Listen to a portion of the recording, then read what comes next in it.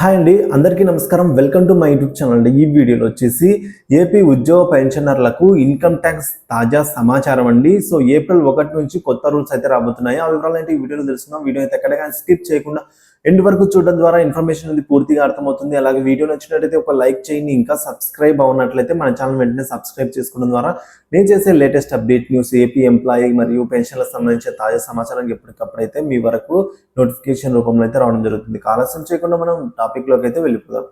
New income tax rules from April 1 అండి. కొత్త ఆర్థిక సంవత్సరంలో న్యూ రూల్స్ అమల్లోకి రానున్నాయి.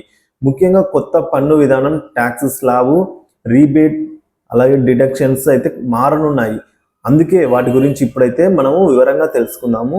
New income tax rules from 1 April 2024 అనేది చూస్తున్నాం. సో పన్ను చెల్లింపుదారులందరికీ ఒక అలర్ట్ అండి. నూతన ఆర్థిక సంవత్సరంలో కొత్త పన్ను విధానం అమల్లోకి రానుంది.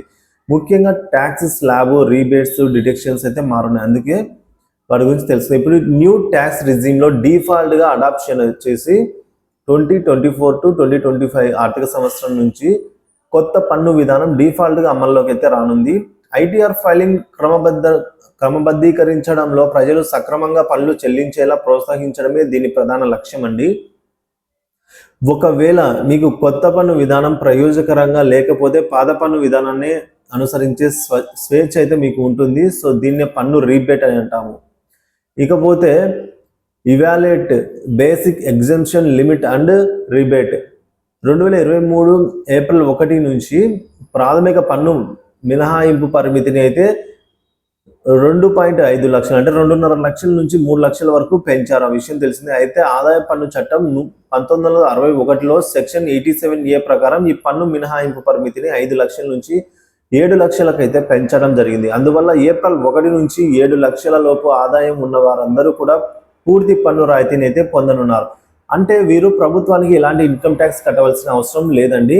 ఇక 2024-25 కొత్త ట్యాక్స్ స్లాబులు ఎలా ఉన్నాయంటే 3 లక్షల నుంచి 6 లక్షల లోపు ఆదాయం పొందే వారిపై 5% పన్ను విధిస్తారండి.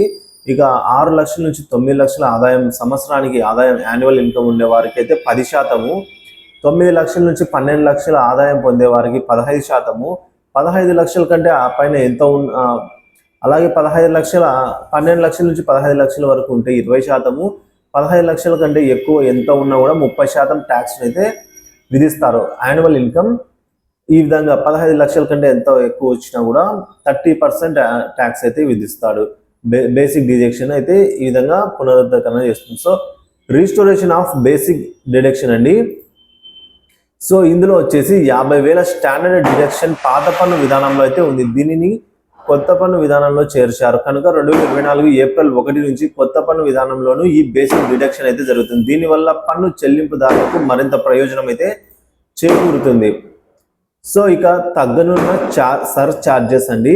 So reduction of sir charges 5 కోట్ల కంటే ఎక్కువ ఆదాయం సంపాదించే వారికి ఇప్పటి వరకు ఈ 37% సర్ ఛార్జీలు విధిస్తూ ఉన్నారు. అయితే ఫిబ్రవరిలో ప్రవేశపెట్టిన మధ్యంతర బడ్జెట్లో కేంద్ర ఆర్థిక మంత్రి నిర్మలా సీతారామన్ ఈ సర్ ఛార్జీని 25%కి తగ్గించారు. ఇది కూడా ఏప్రిల్ 1 నుంచి అయితే అమల్లోకి రానుందండి. ఇక జీవిత బీమాపై tax, life insurance taxation 2023 April 1 నుంచి లేదా ఆ తర్వాత జారీ చేసిన జీవిత బీమా పాలసీకి సంబంధించిన ప్రీమియం మొత్తం 5 లక్షలకు మించి ఉంటే పన్ను విధిస్తారు. పెరిగిన లీవ్ ఎన్కాష్మెంట్ ట్యాక్స్ అయితే లిమిట్ చేస్తారు.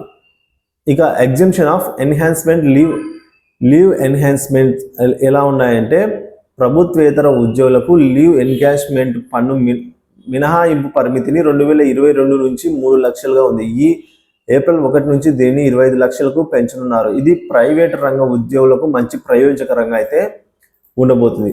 సో ఇవి అండి ఇన్కమ్ ట్యాక్స్లో కొత్తగా వచ్చిన రూల్స్ అండి. కొత్తగా వచ్చే రూల్స్ ఏప్రిల్ 1 నుంచి అమలు కాబోయే రూల్స్. ఇందులో మీకు ఏమైనా డౌట్స్ కానీ ఏమైనా సలహాలు ఉంటే మీరు కామెంట్ రూపంలో అయితే తెలియజేస్తానైతే ఆశిస్తున్నాను ఈ వీడియో కింద. సో అలాగే మన ఛానల్ అయితే ఈ వీడియో కింద ఉన్న సబ్స్క్రైబ్ బటన్ అయితే ట్యాప్ చేసి పక్కనే ఉన్న ఆల్ అనే నోటిఫికేషన్ ఆన్లో పెట్టుకున్న ద్వారా నేను చేసే లేటెస్ట్ అప్డేట్ నుంచి ఎప్పటికప్పుడు అయితే మీ వరకు నోటిఫికేషన్ రూపంలో అందజేయబడతాయి. ఇక అలాగే ఈ వీడియో నచ్చినట్లయితే ఒక లైక్ చేయండి. తోటి ఎంప్లాయీ మిత్రులతో ఈ వీడియో షేర్ చేస్తానైతే ఆశిస్తూ thank you for watching this video.